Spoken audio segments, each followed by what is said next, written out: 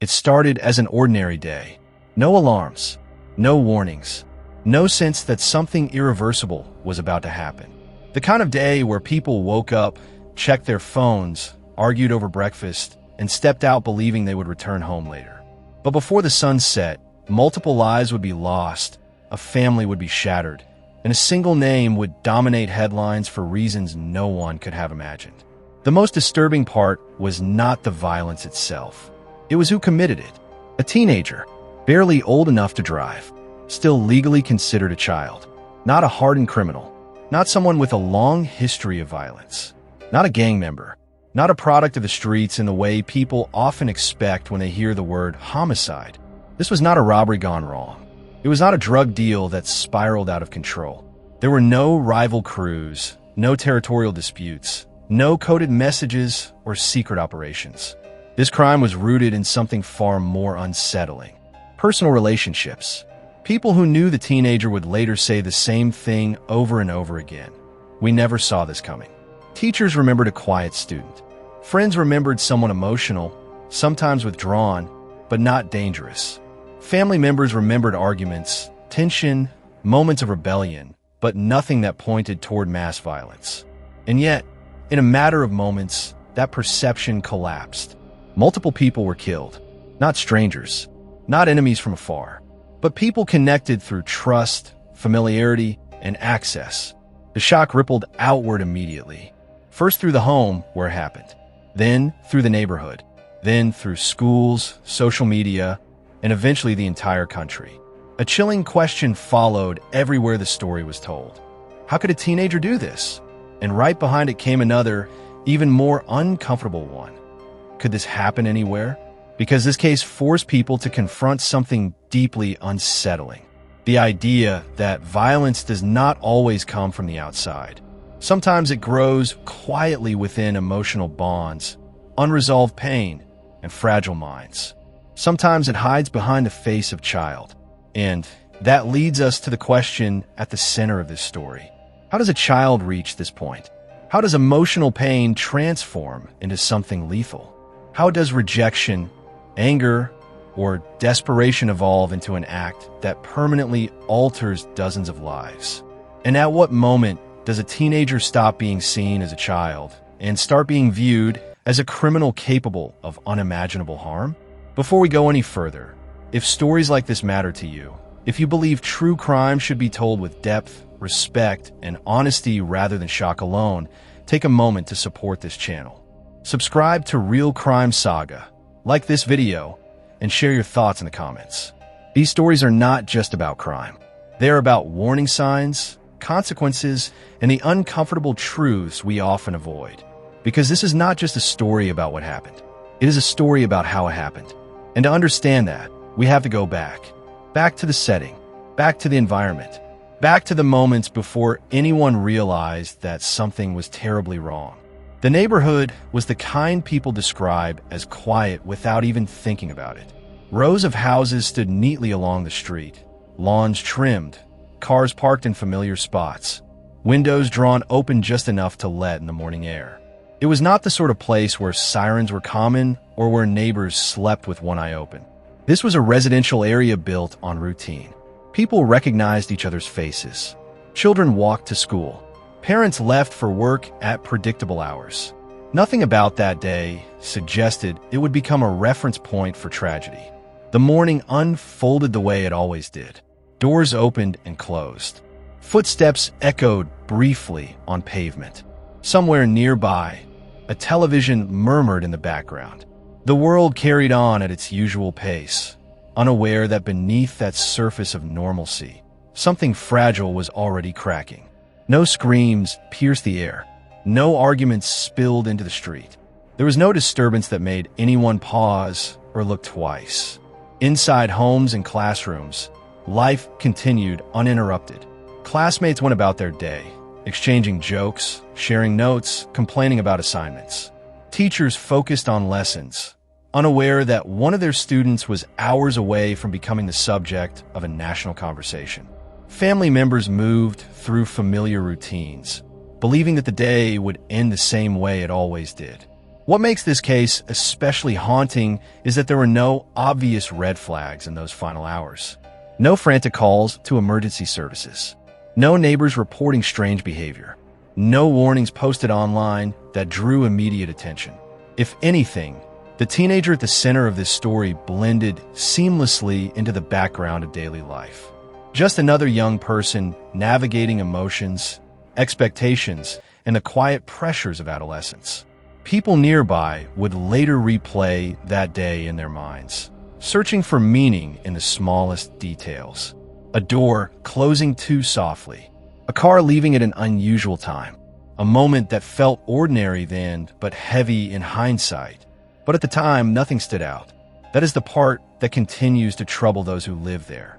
Violence did not announce itself. It arrived without ceremony. When the news eventually broke, neighbors struggled to reconcile what they were hearing with what they knew. This was not an area associated with crime scenes or police tape. This was not a household known for chaos or conflict that spilled into public view. There were no ongoing feuds, no visible instability that made people brace for disaster. Classmates would later say they sat next to the teen just days before. Some spoke of conversations that now felt painfully ordinary. Homework complaints, weekend plans, nothing that hinted at rage or violent intent. Family members, too, would be left stunned, grappling with the weight of questions they could not answer. How could something so devastating take shape so quietly? How could a normal day turn into a moment that would divide life into before and after? The truth is, the most dangerous aspect of this story is how unremarkable its beginning was. Violence did not storm in. It slipped through unnoticed, and by the time anyone realized what had happened, the damage was already done. To understand how the day unfolded the way it did, we must look beyond the environment and toward the person at the center of it all. Because while the surroundings remained calm, something within the teenager had already begun to unravel.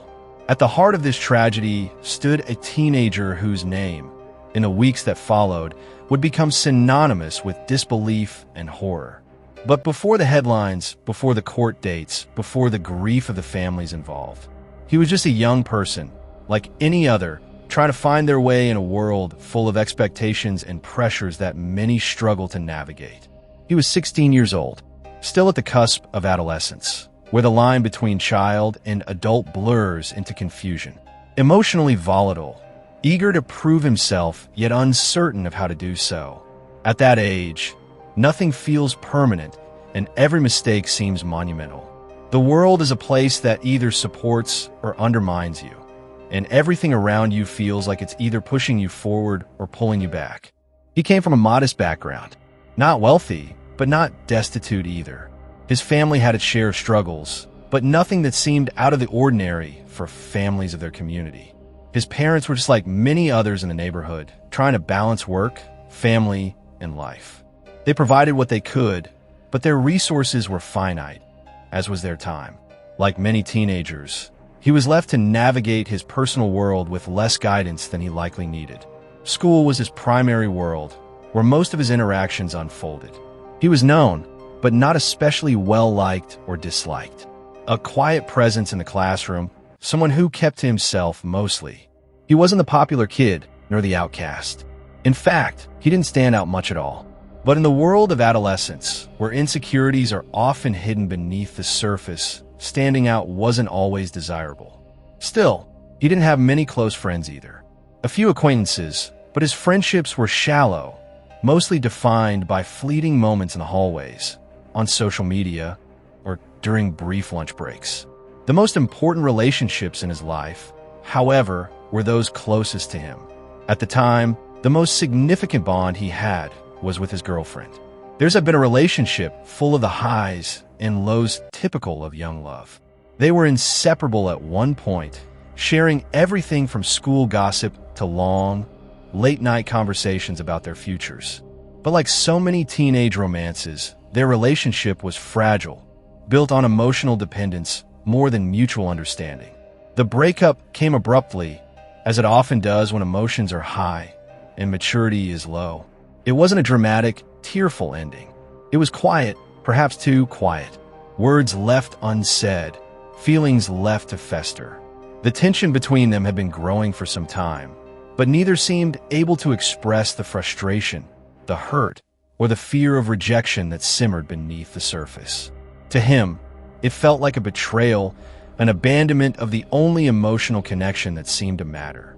To her, it was the end of something that no longer fit. And then there was his family. As far as anyone could tell, there were no extreme dysfunctions, no glaring signs of abuse or neglect. But like many families, there were underlying currents of tension, unspoken expectations, and misconnections. The pressure to perform academically, the pressure to grow up too fast, the pressure to be someone they weren't ready to be, it all built up inside him. He was vulnerable, emotionally immature, struggling with a cocktail of emotions that, at 16, he had no tools to process.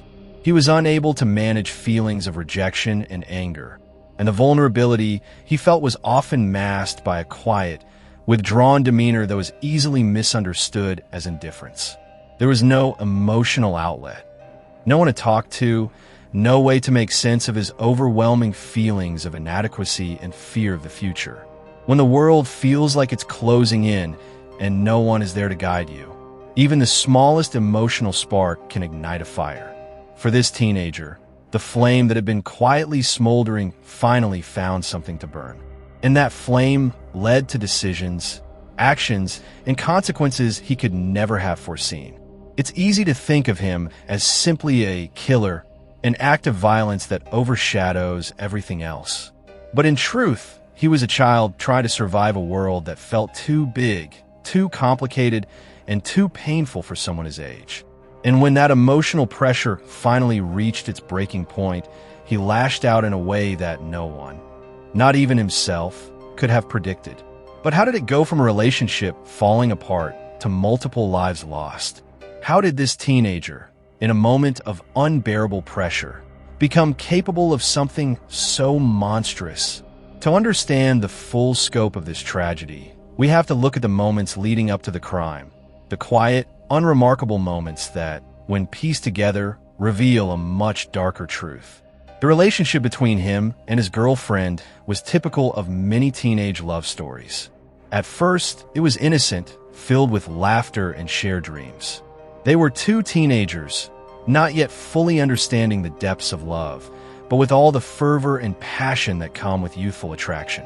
For him, she was the center of his world, the person he trusted the most. Their connection gave him a sense of security, a brief escape from the pressures he felt in his home and in school. She was his confidant, his ally, someone he believed would always be there to understand him. But love at that age is fragile. It's often rooted in dependency more than mutual understanding. And that dependency, when it's unbalanced, can lead to emotional instability. He had always struggled with self-worth. The approval and affection he received from her filled a gap he couldn't name. The thought of losing that connection was terrifying for him, something he couldn't easily accept. He needed her more than she needed him, and therein lay the problem. As the relationship progressed, cracks began to form beneath the surface. The emotional intensity that had once drawn them together now created distance. He was consumed by jealousy, though he never admitted it to her. Little things set him off: her interactions with other boys, her time spent with friends outside of their relationship, even her fleeting comments about wanting more space. To him, it felt like betrayal, like a threat to the only thing that gave him some semblance of control over his emotions. But he couldn't express this jealousy in a healthy way, not at his age, and certainly not with the maturity needed to handle such fragile emotions. Her growing desire for independence, for space, only increased his anxiety. To her, it was a simple need for personal space, a part of growing up and discovering who she was outside of the relationship. But to him, it felt like rejection. Every step she took away from him felt like an abandonment, a withdrawal of the love and security he had come to depend on. He began to feel as though he was losing control over something that had once felt like the only solid part of his life. Their fights became more frequent. Each argument was a new wave of hurt, an emotional blow that felt heavier than the last. There were no words of resolution, no compromise, just cycles of misunderstanding and rising tension. He would beg her to stay, to assure him that nothing was changing, but the more he clung to her, the further she seemed to pull away. When the breakup finally came, it wasn't a dramatic, tearful parting of ways. It wasn't the stuff of movies. It was quiet, almost too quiet. She simply told him that she needed to move on, that she could no longer give him the attention and emotional investment he wanted. She was firm but calm, as though she had already processed everything he hadn't. For him, it felt like a death sentence.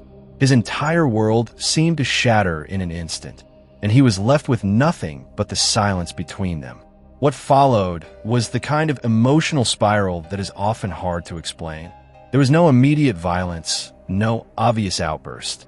But inside, something changed in him.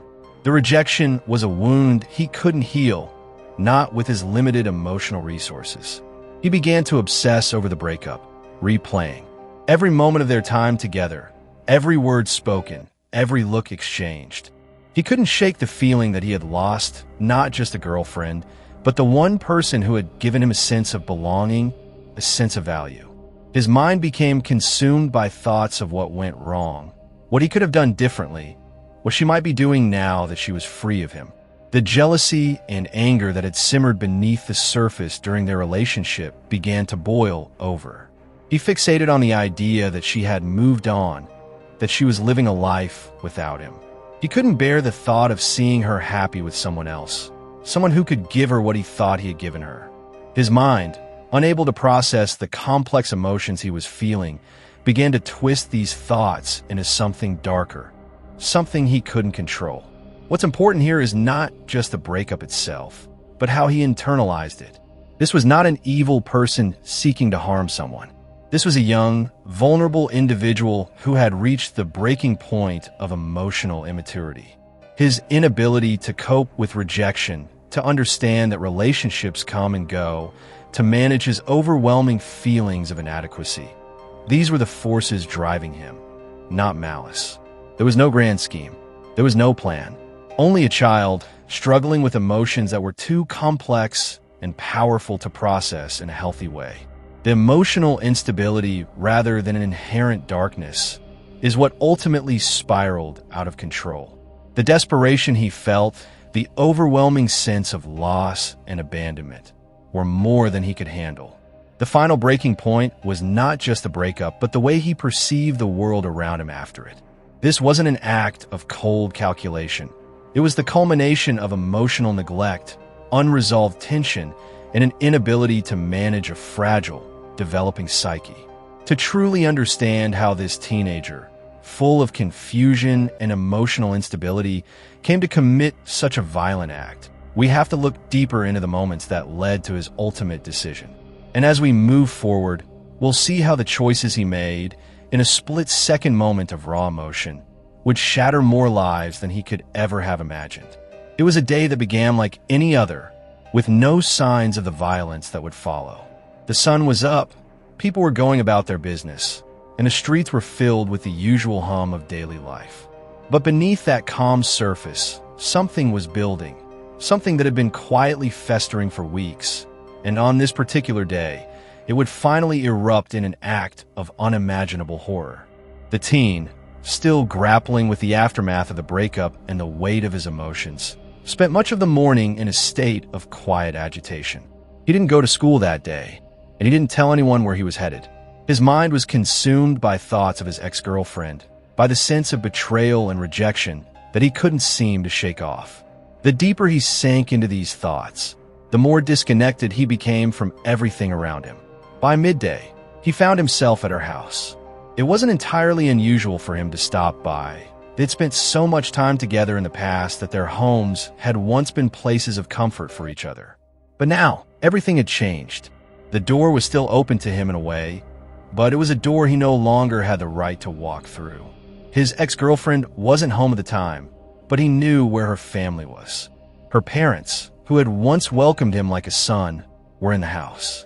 Her younger sibling was also present, someone he had grown close to during their time together. Trust was what had allowed him access to this home so many times before. It was the familiarity of family, the comfortable assumption that he belonged there. But that trust, which had once been a source of security, was now a weakness. His emotional state, fragile and on the edge, made him blind to the boundaries that should have been respected. He was no longer just the ex-boyfriend. He was someone with anger and confusion pulsing through him, someone who felt that everything he had once known was slipping through his fingers. The plan, if it could even be called that, was not one born from clear thought or reasoning. It was driven by emotion, the need to lash out, to reclaim something that had been lost, to hurt those who had, in his mind, caused him this pain. He knew that her parents were in the house. He knew that her sibling was there. In his mind, there was no consideration for who was in the room or the consequences of his actions. There was only a singular, overwhelming urge to act, to resolve the turmoil inside him in any way he could. The exact sequence of what happened inside that house is unclear, but the event unfolded with shocking speed. He didn't plan it. He didn't wait for the right moment. The shift from confusion to violence was sudden, an eruption of emotion that couldn't be stopped. The victims were not strangers to him. They were family, people he had shared meals with, laughed with, spent hours in conversation with. And yet, in a moment of blind rage, they became nothing more than obstacles in his mind, barriers to the closure he so desperately sought. The act itself was brutal in its swiftness. There was no warning, no escalating argument, no lengthy back and forth. What unfolded in those few moments was an eruption of unresolved emotional pain that took the form of violence.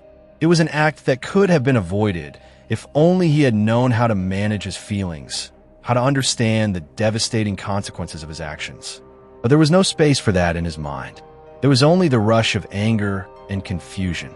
The victims, her parents, her sibling, were caught in the midst of something they had no part in creating. They were not targets in a traditional sense. They were simply present, caught in the wake of a storm that had been building inside him for far too long. They had trusted him, allowed him into their lives, and now they paid the ultimate price for that trust. The suddenness of it all, the brutality of what happened, would forever mark the memory of anyone who was left behind. When it was over, the silence that followed must have felt deafening. What he had done couldn't be undone. The faces of the people who had trusted him, who had once welcomed him as part of their family, would forever haunt him. But in that moment, it wasn't guilt he felt. It wasn't regret. It was a strange, hollow emptiness, followed by the cold realization that his life had just irrevocably changed, and so had the lives of everyone who would have to live with the aftermath of his actions. The killing wasn't just about the victims who were lost that day. It was about the teenager himself, a young person in a state of emotional collapse, unable to process his pain in any other way but through violence. And the world he left behind after that day would never be the same. In the immediate moments after the killings, the house was eerily quiet. The chaos of what had just happened seemed to suspend time itself. There were no screams, no desperate cries for help, just the heavy silence that followed an act of violence so sudden and brutal that it was impossible to comprehend. The only sound in that house, at least for a brief moment, was the soft, distant hum of the outside world continuing on, completely unaware of the tragedy unfolding behind closed doors. It wasn't until a concerned relative, who had been unable to reach the family, arrived at the house that the full scale of what had occurred became apparent. The door was slightly ajar. The unease that crept up the relative's spine was hard to shake, but it was a sense of familiarity that compelled them to step inside. The moment they crossed the threshold, the quiet was shattered. The horror was undeniable. The first phone call to the authorities was shaky, almost disbelieving. The voice on the other end of the line could barely form coherent words, the shock of what they had witnessed still overwhelming their ability to speak clearly. "Something's happened. It's bad, really bad," the caller stammered, their voice trembling as the enormity of the scene hit them. The first responders, arriving moments later, were met with a scene that none of them were prepared for. There was confusion, disbelief. First responders had seen their share of crime, of violence, but this was different. This was not a random act of violence or a gang-related dispute. This was something more intimate, more unsettling. The victims were not strangers or nameless faces. They were part of the same community, known by many. Their presence in the home, their lives that had been taken so suddenly, created a cloud of shock that hung over the scene like a dark fog. The officers and paramedics who arrived at the house were professionals trained to deal with chaos. But there was no training for what they encountered that day. The brutality of the act, the emotional weight of it, seemed to stun even the most hardened among them. They moved quickly, but the confusion was palpable. The evidence of what had occurred was clear, yet there was a sense that no one could fully grasp what had happened or why. No one had seen it coming. The first few hours were a blur of activity. Questions, interviews, the slow realization that the young man who had once been welcomed into this home was now the person responsible for the deaths of those he had once called family. The teenage boy, still grappling with his own internal turmoil, was nowhere to be found. The house, once filled with life and conversation, was now an unrecognizable scene of loss and tragedy. As news spread through the community, the shock quickly turned to disbelief. Neighbors who had known the family for years, who had seen the boy grow up, began to gather outside, their faces pale with confusion and horror. No one could understand how something like this could happen in their quiet, peaceful neighborhood. People exchanged murmured conversations, unable to process the reality of the situation. "It doesn't make sense," they said. "He was just a kid. How could he do something like this?" As the news of the crime continued to circulate, the disbelief turned into fear. Fear of the unknown. Fear of what could happen next. The teenager who had once been an ordinary part of their lives was now an enigma. Someone capable of a crime so extreme, it shattered the foundation of their sense of security. Was he still out there? Was there more to the story? The community, once tight-knit and trusting, now found themselves questioning everything. The story spread like wildfire. It didn't take long for the whispers to turn into full-blown conversations, as the reality of what had occurred sunk deeper into the minds of those who lived nearby. The media quickly caught on, their headlines flashing across televisions and social media platforms, amplifying the confusion and fear that had already taken root. Local news channels began reporting on the investigation, speculating on the motives behind the killings, and putting faces to the victims and the boy at the center of it all. The community that had once felt safe and insulated from the horrors of the world outside now found itself grappling with the terrifying truth that no place is immune from violence, especially when it comes from within. The emotions that followed, fear, grief, anger, spread like a contagion, affecting everyone. No one felt untouched. Everyone who had known the teenager or had been even remotely connected to the family now had to come to terms with the fact that their world had changed forever. As the investigation continued, the authorities worked to piece together what had led to this moment. But the damage had already been done. The victims were gone. The boy who had taken their lives would soon face the consequences of his actions.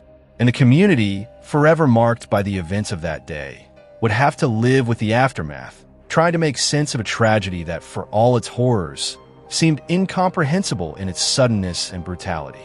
As the initial shock of the crime began to settle into disbelief, law enforcement quickly began the difficult task of piecing together what had happened that day. They had little to go on at first, just the gruesome scene, the absence of witnesses, and a teenager who had once been welcomed into the very home where the crime had occurred.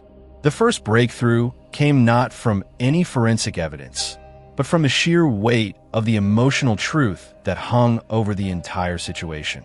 As investigators began to question those closest to the victims, the quiet whispers started to take shape. The family members and neighbors, many of whom had known the teenager since he was young, began to report inconsistencies in his behavior in the hours leading up to the killings.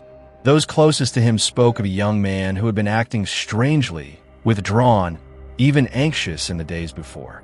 There were no overt signs of danger, but something felt off.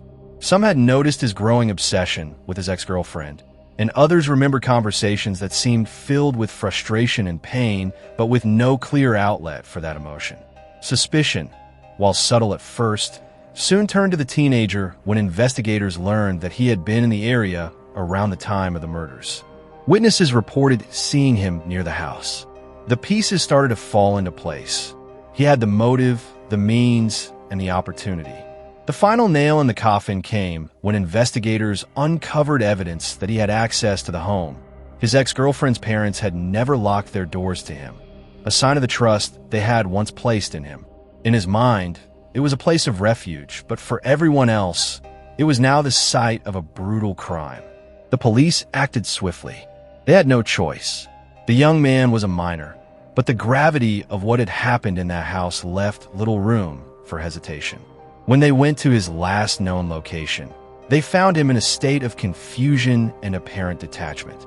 His face, pale and vacant, showed no signs of the guilt or remorse one might expect. He didn't resist. There were no protests, no grand gestures of defiance. He was compliant, almost numb, as if he too was struggling to process what had occurred. The moment the police took him into custody was unsettling in its stark simplicity. The boy, barely more than a child, was read his rights, his hands were cuffed, and he was escorted to the waiting squad car. There was no dramatic standoff, no wild chase, just the quiet, crushing reality of a life about to be irrevocably altered. To anyone witnessing the scene, the emotional weight of seeing a teenager in handcuffs was impossible to ignore. This was not a hardened criminal, not someone who had lived a life of crime. This was a boy, a child, who had crossed a line that no one ever expects someone that young to cross. For the officers involved, the situation was complicated. They were trained to handle criminals, to deal with violence, but the arrest of a minor, particularly in such a devastating case, brought its own set of challenges. Juvenile law requires that minors be treated differently from adults, even when the crimes are of the highest order. While they would move forward with the investigation, the legal system would ultimately have to address the complexities of dealing with a child who had committed such a heinous act. As he was led to the car, his face remained expressionless. There was no visible anger, no outburst, just a quiet resignation that was equally unsettling. He was a child in every sense of the word, yet the crime he had committed was as serious as any adult could have perpetrated. The emotional disconnect was chilling, and it left those around him questioning whether he truly understood the enormity of what had happened, or whether he was simply lost in his own grief, too overwhelmed by his emotions to comprehend the consequences of his actions. For the community, the sight of a young boy in handcuffs was a haunting reminder of how quickly life can change. 1 minute, he had been a normal teenager, struggling with typical issues. The next, he was facing charges for murder, not as a hardened criminal, but as a child who had never been given the tools to manage his emotions or cope with the rejection and hurt that drove him to such extreme measures. As the investigation continued, questions began to swirl. What happens to a young mind when pushed to the breaking point? When emotions go unchecked and unresolved? The arrest of this teenager was not just the first step toward justice for the victims. It was the first step into an emotional and legal labyrinth that would force everyone, from law enforcement to the courts, to reckon with the complexities of youth, violence, and the limits of responsibility. As the investigation deepened, the pieces of the puzzle began to fit together, revealing a picture of emotional distress, impulsive rage, and a lack of the necessary coping mechanisms that could have steered this young man away from violence. What initially appeared to be an act of cold, premeditated malice slowly unraveled to reveal a deeply troubled adolescent, struggling with emotions he could neither understand nor manage. The more investigators dug into his background, the clearer it became that this wasn't a case of gang violence, criminal intent, or a larger conspiracy. There were no elaborate plans, no criminal associates, no secret dealings. Instead, there was just a teenager whose emotional turmoil had reached a breaking point. At the heart of it all was a broken relationship. The teenager had not been involved in any gang or criminal enterprise, as some might have expected. He had not been part of a violent underworld or driven by external pressures like money or status. His motivations were far more personal, far more rooted in the kind of emotional distress, that often goes unnoticed in young people who are still learning how to navigate complex feelings. The breakdown of his relationship with his ex-girlfriend was the catalyst, but it was the unresolved anger and feelings of rejection that slowly built up over time. The deeper investigators went into his emotional history, the more they understood the intensity of his attachment to her. She wasn't just a girlfriend, she was his emotional anchor. His connection to her filled gaps in his life that he hadn't yet learned how to address. She represented stability, affection, and validation. But when she withdrew from him, when she ended their relationship, it wasn't just a breakup to him. It was a loss so profound that it tore at the very core of his self-worth. He didn't know how to deal with that. He didn't know how to cope with the overwhelming feelings of being discarded, rejected, and ignored. What made this all the more tragic was that the teenager's coping mechanisms were essentially non-existent. His emotional maturity had not developed to the point where he could understand that breakups happen and that hurt feelings are a natural part of life, even if they're incredibly painful. He had never learned to process those emotions in a healthy way. The anger he felt didn't have an outlet. The grief didn't have a form of expression, so it bottled up inside him, growing more intense with each passing day, each reminder of his perceived loss. And when his emotional distress was compounded by feelings of jealousy and abandonment, it created a volatile mix. The teenage boy had no tools to manage his feelings. When his ex-girlfriend began to move on with her life, he saw it not as a natural part of growing up, but as a betrayal, an insult that he couldn't shake off. The jealousy he felt, the anger that simmered beneath the surface, and the rejection that he could never truly let go of, all combined into a storm of emotions that became impossible for him to control. There was no grand scheme behind the killings, no calculated planning. It wasn't the act of someone plotting a murder from the shadows. Instead, it was the impulsive eruption of a teenager who had been pushed too far, whose emotions were left unchecked for too long. He acted not out of malicious intent, but out of a desperate need to reclaim something he had lost. And in doing so, he destroyed not just his own future, but the lives of those closest to him. Investigators found no signs of premeditation in his actions. There was no trail of messages or plans that pointed to a violent outcome. There was no evidence of him communicating with others about what he intended to do. His actions were born out of a moment of intense emotional volatility, an outburst of rage that spiraled into something irreversible. It was impulse-driven, a reaction to the overwhelming sense of loss and betrayal that had built up over weeks and months. The more investigators learned about his life, the clearer it became that he was a deeply vulnerable young person, not a hardened criminal. He lacked the coping mechanisms that could have helped him navigate the end of his relationship, and the inability to handle his anger and pain in healthy ways led him to act in the most extreme way possible. His inability to express his emotions, his complete lack of self-control in that moment of anger, was what led to the violence. This wasn't the action of a calculating criminal mastermind. It was the tragic result of an adolescent struggling to make sense of emotions he wasn't equipped to handle. What happened that day was not the result of a larger plan. It wasn't orchestrated by outside forces. It wasn't part of a gang conflict or a calculated act of revenge.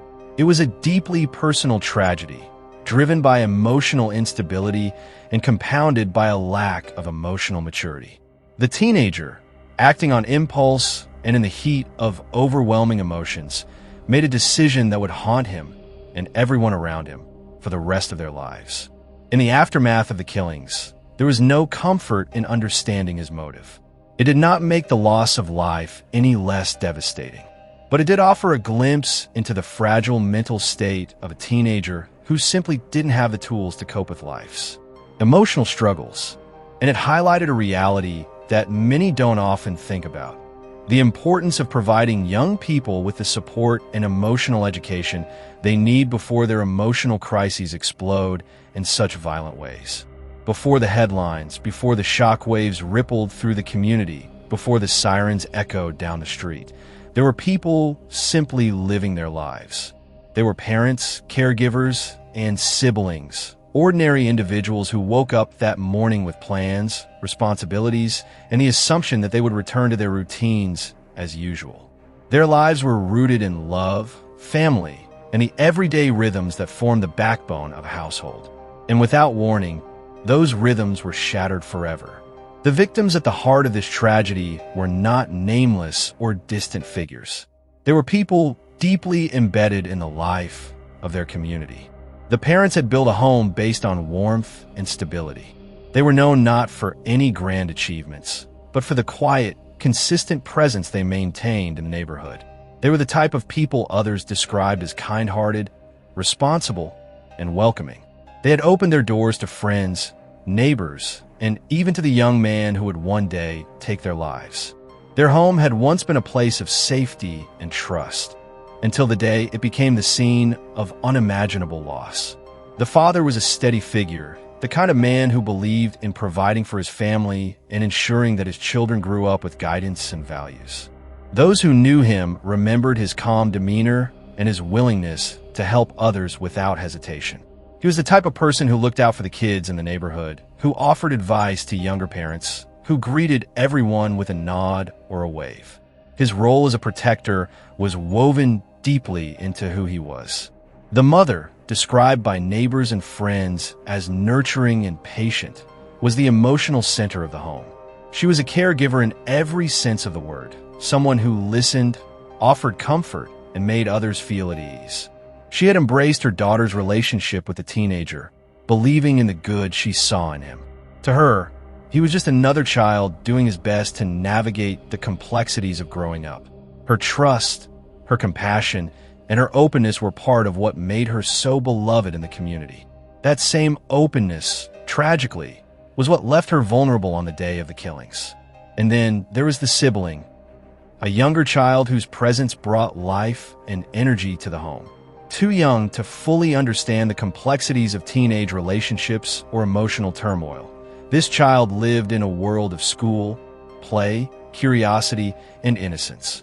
They were a reminder of the hope parents carry for their children's futures. Their life, full of potential and unspoken dreams, was cut short before they could fully discover who they would become. The loss of these lives did not affect only their family. It reverberated through every corner of the community. The neighbors who had shared conversations with them at the mailbox, who had watched their children grow up together, who had once felt safe in the presence of these familiar faces, those neighbors were left reeling. The school that the sibling attended mourned a student who should have been in class the next day. Friends and extended family members were forced to grapple with the suddenness of the tragedy, struggling to understand how a household so full of life could be wiped out so completely. This wasn't just a crime, it was an erasure. An entire family, one that had contributed love and stability to the lives of those around them, was gone. The community was left with a void that could never be filled. People mourned in their own ways, some in silence, some in tears, some in disbelief that the teenager they once welcomed into their homes had been capable of such devastation. The heartbreak was not only in the violence itself, but in the irreversible loss of lives that were deeply intertwined with the everyday fabric of the neighborhood. The victims deserved more years, more memories, more moments. They deserved to see dreams fulfilled, mistakes corrected, and milestones celebrated. Instead, their lives were violently interrupted, leaving behind a trail of grief that would take years, perhaps lifetimes, to navigate. For friends and loved ones, the pain would never fully disappear. For the community, the tragedy would become a reminder of how fragile life can be and how deeply one act of impulsive rage can forever alter the course of countless lives. This story is not only about who committed the crime, it is fundamentally about who was lost because of it. Their absence is the centerpiece of this tragedy, and the emotional weight of their loss, unlike the headlines that fade, will linger permanently with everyone who once knew and loved them. As the shock of the crime began to settle into grief, another question quickly rose to the surface, one that divided opinions and stirred intense debate across the community and beyond. It was not a question about what happened. That much was tragically clear. The question was about who the legal system was now dealing with. Was this a child who had committed an unimaginable act? Or was this a criminal who deserved to be punished to the fullest extent of the law? At 16 years old, the teenager existed in a legal gray area that made the case far more complicated than most homicide investigations. In the eyes of the law, he was still a minor. He could not vote, could not legally drink, could not be trusted with many adult responsibilities. Yet he was now accused of taking multiple lives. And that contradiction sat at the center of every legal discussion that followed. Prosecutors were faced with a difficult decision: whether to pursue the case in juvenile court, which is designed to prioritize rehabilitation, or to seek adult charges, which focus more heavily on punishment and long-term incarceration. Juvenile courts operate under the belief that young offenders are still developing, still capable of change, and still deserving of an opportunity to reform. But juvenile sentencing also comes with limits. Even for the most serious crimes, a juvenile offender can only be held for a finite period before mandatory release or review. For many members of the public, that possibility was deeply unsettling. How could someone responsible for such irreversible loss ever be released? How could the law justify a sentence that might one day allow him to walk free, while the victims would never get another chance at life? On the other side of the debate were those who urged caution. They pointed to the teen's age, his emotional immaturity, and the findings of investigators that showed no criminal history, no gang involvement, and no long-term planning. They argued that treating a deeply troubled adolescent as a fully formed adult criminal ignored decades of psychological research about brain development, impulse control, and emotional regulation. To them, the question was not about excusing the crime, but about recognizing the difference between punishment and prevention. The tension between these two perspectives was intense. Families of the victims wanted accountability, and understandably so. They wanted assurance that the person responsible would never have the opportunity to harm anyone else. Their pain was permanent, and the idea of leniency felt like another injustice layered on top of their loss. Meanwhile, legal experts and child advocates cautioned against emotional decision-making in the courtroom. They warned that trying minors as adults often leads to harsher outcomes without reducing future violence. They emphasized that rehabilitation does not mean forgiveness, and that accountability can exist alongside efforts to understand and address the root causes of youth violence. The courtroom became more than a place for legal proceedings. It became a symbol of society's struggle to reconcile two competing values: justice for the victims and the possibility of rehabilitation for the offender. Neither side had an easy answer. There was no outcome that could truly restore what had been lost. What made this case especially difficult was the absence of clear villains and heroes. There was no criminal network to dismantle, no broader threat to neutralize. Just a broken situation involving broken people and irreversible consequences.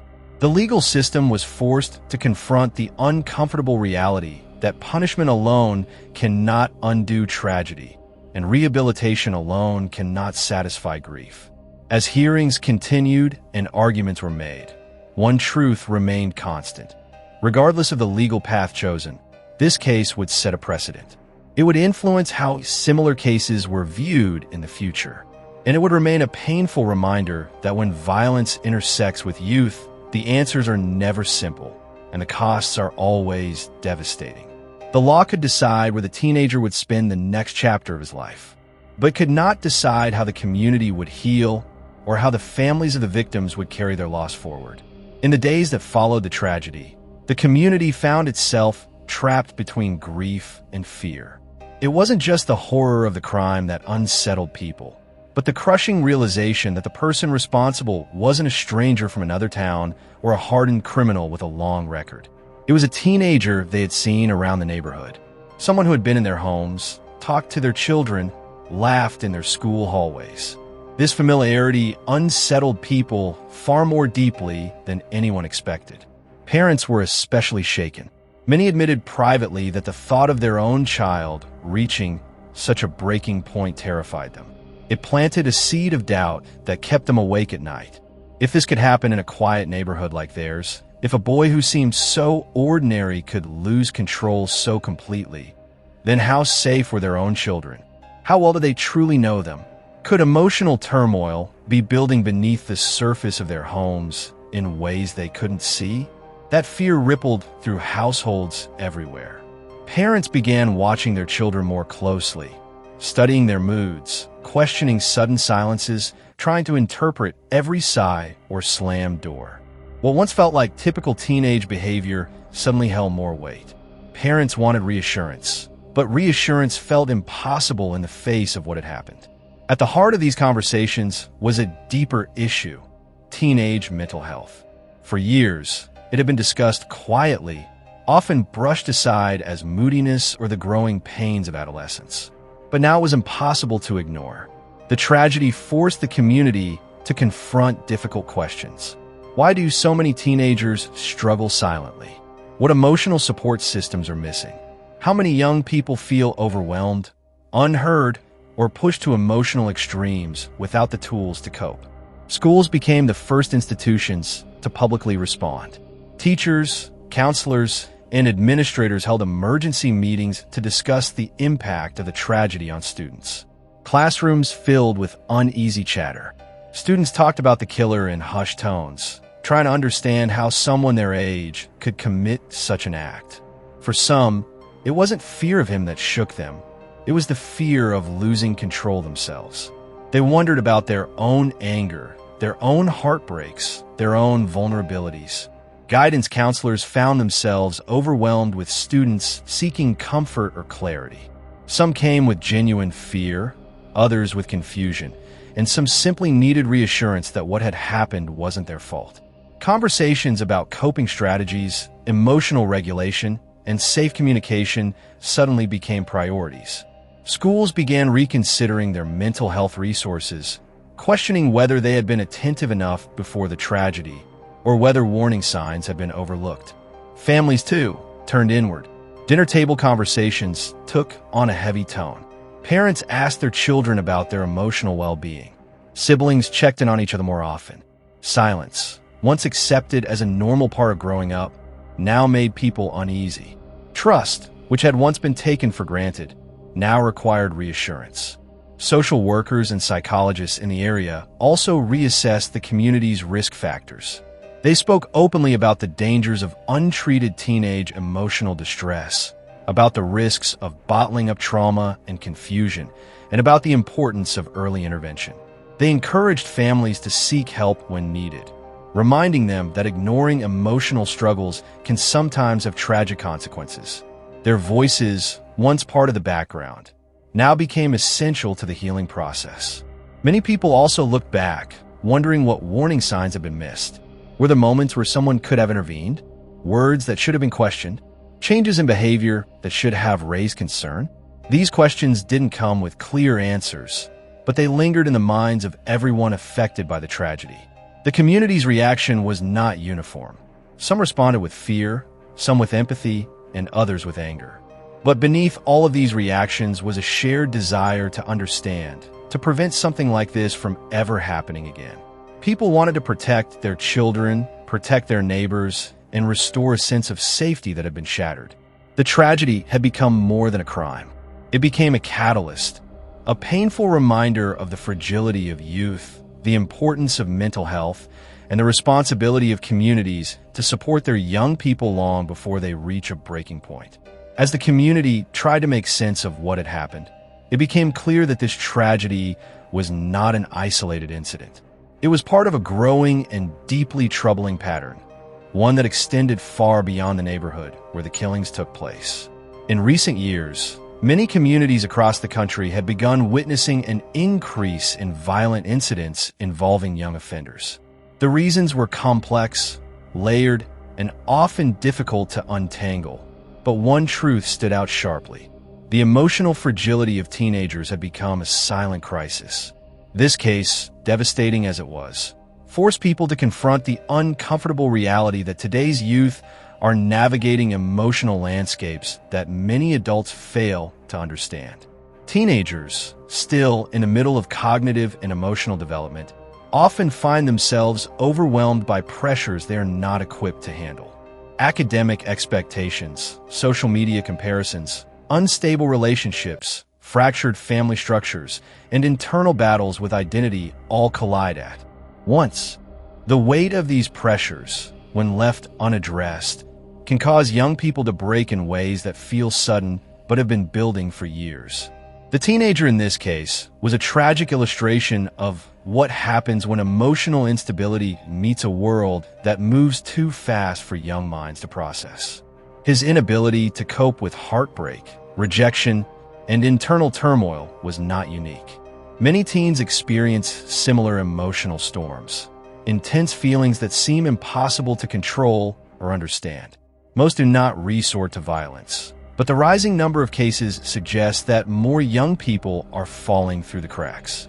Their pain simmers beneath the surface, invisible until it explodes. Another factor that placed this tragedy within a broader pattern was the accessibility of weapons. In households across the country, firearms and other dangerous tools remain insufficiently secured. Even homes that do not store weapons may still provide access through other means. Teenagers in moments of rage or emotional volatility often act impulsively, and the availability of a dangerous weapon can turn a moment of emotional collapse into irreversible devastation. The combination of a fragile mind and immediate access to lethal tools is a recipe for outcomes like the one this community now had to face. The broader societal trend shows that youth violence is no longer confined to specific environments or neighborhoods. It is not limited to gang-affected areas, failing schools, or communities with high crime rates. It is emerging in quiet suburbs, ordinary schools, and homes that appear stable from the outside. The common thread is not geography. It is emotional vulnerability left unaddressed. Teenagers with big feelings, but few coping skills. Teens who feel unheard, overwhelmed, and unseen. Teens who believe their emotional pain has no outlet except through drastic action. This tragedy also shed light on a disturbing misconception that dangerous behavior among youth is always predictable. In reality, emotional breakdowns rarely announce themselves. Many young people, like the teen at the center of this case, appear composed on the surface while quietly unraveling inside. Their struggles do not always show up as defiance or aggression. Sometimes they show up as silence, withdrawal, or subtle changes that are easy to overlook or misinterpret. Communities across the nation have seen similar stories unfold. Teenagers committing acts of violence that seem senseless, sudden, and incomprehensible. The pattern is becoming global, a reflection of a generation dealing with unprecedented emotional challenges. The pressures have increased, but the emotional support systems have not kept pace. This imbalance leaves young people vulnerable, and when that vulnerability collides with moments of intense stress, tragedy can result. This case, heartbreaking as it is, stands as a reminder that youth violence is not an isolated phenomenon confined to other places. It is a wake-up call, a signal that society must take teenage mental health more seriously, must monitor emotional warning signs more carefully, and must secure homes and communities in ways that prevent impulsive actions from turning into irreversible outcomes. The bigger picture is painful to look at. It forces us to admit that the problem is widespread and growing. But acknowledging it is the first step toward preventing the next tragedy. Another family ripped apart, another community shaken, another teenager lost to their own internal turmoil. This was not just one tragic story. It was part of a pattern. And unless that pattern is addressed, more lives will continue to unravel in similarly catastrophic ways. When everything is stripped away, the headlines, the debates, the speculation, the court proceedings, what remains at the center of this story is a simple but devastating truth. There are no winners here. Nothing about this tragedy offers relief, redemption, or closure. There's no ending that makes sense of a loss. No twist that transforms the narrative into something hopeful. It is a story defined by irreversible consequences, the kind that leaves scars across families, communities, and the lives of everyone involved. The victims, whose lives were cut short with no warning, will never return home. They will never see another sunrise, never celebrate another milestone, never share another moment with the people who love them. Their absence hangs heavily over this story, not as a plot point, but as a painful reminder of the fragility of life and the depth of what was taken. Their families will carry that loss forever. There is no healing that fully erases it, no justice that can restore what was stolen. But on the other side of this tragedy stands a teenager whose life, too, has been destroyed. Not in the same way, not with the permanence of death, but with a finality that is almost as haunting. At 16, a time meant for discovery, mistakes, growth, and the slow formation of identity, he instead found himself entangled in the aftermath of a violent act that he cannot undo. His youth does not excuse the harm he caused, but it does reveal the heartbreaking complexity of the situation.